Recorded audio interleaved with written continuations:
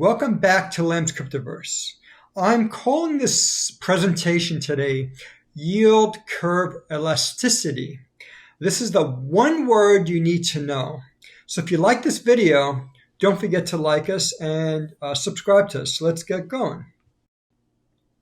So elasticity, what's that? Well, think of it like an exercise band, when you're doing physical therapy. Elasticity, it's kind of a tough word to say. It can tip the balance. I'll talk to you about what I mean later, but basically this has to do with your portfolio, the economy. Let's just keep that in our minds and then we'll go back to that later. So elasticity of demand. So what's the traditional definition of this? And if you went to business school or you took a finance class, you probably saw this, and you had to memorize whether or not something was perfectly elastic or inelastic. But basically, the definition is a measure of the responsiveness of one economic variable to another. And you can look at this, stop the video. But I'm going to go on. I'm not going to get into the details and the formulas. I'm just going to try and give you examples. So here, and you can see, speaking of formula on top, E equals the change in percent of Y, or delta, versus the delta of X. So it's basically the change of, I'm looking on the right side here of the presentation. It says elasticity of Y with respect to X is calculated by the ratio of the percentage change in the quantity of Y versus X. So basically, let's just keep things simple. So if prices go up and you really need a product and you still buy the same amount of product, that good is inelastic.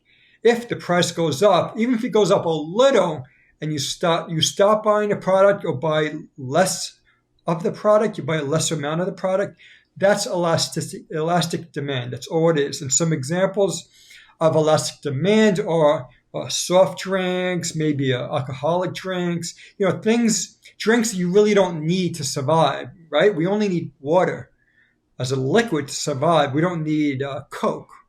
So that's why it's considered elastic.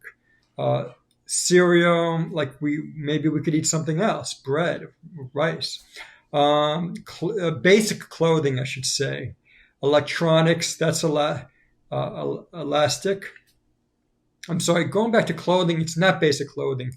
If it was basic clothing, it would be inelastic. But this is more consumer discretionary. So this is your Louis Vuitton bag, things like that, your fancy UGG shoes. That's what they're talking about when they're saying elastic goods. Consumer electronics, same thing.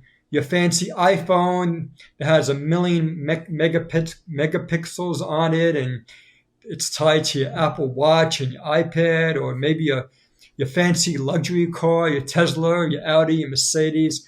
That's an elastic good. Inelastic goods are goods that you need no matter what.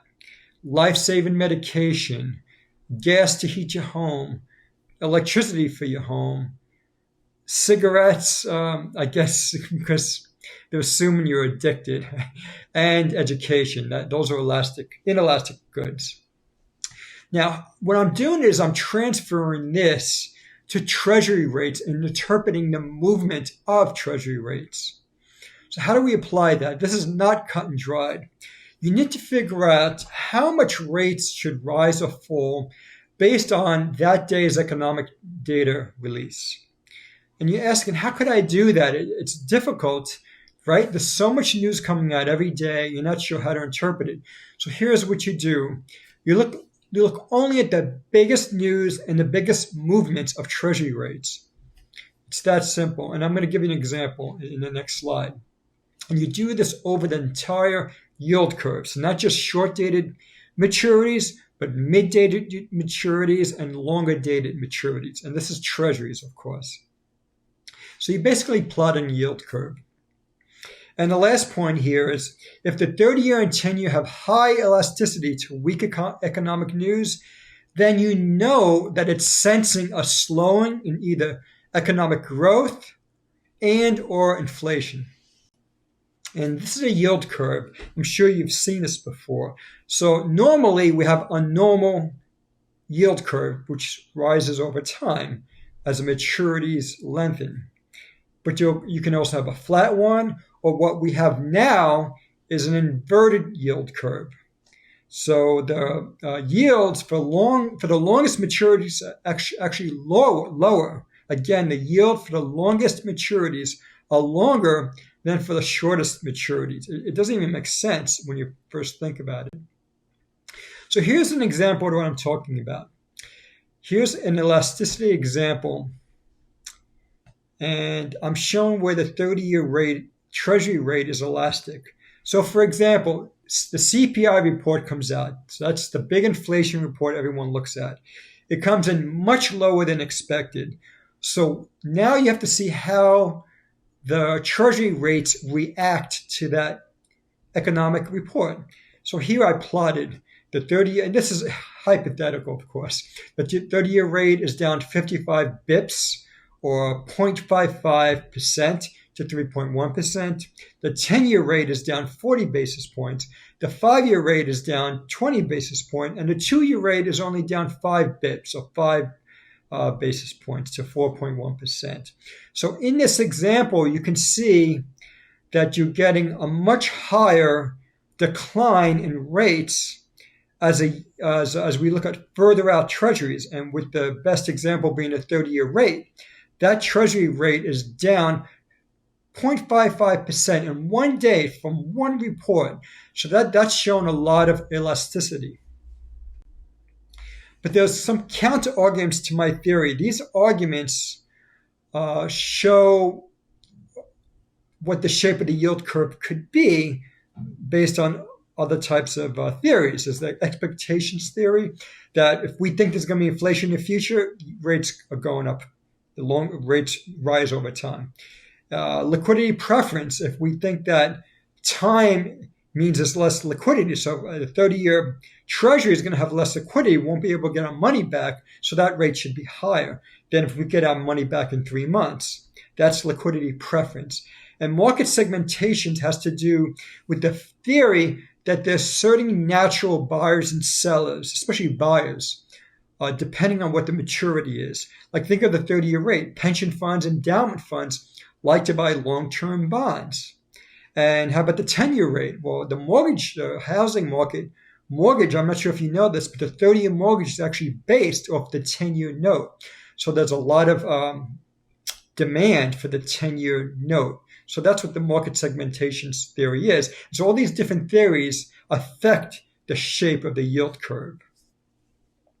And the key point is these can all occur, but at different times. So how can elasticity be utilized in a portfolio? As I said earlier, the example was where the 30-year rate goes down dramatically. In this case, it was 55 basis points because the CPI report was much better or lower than expected.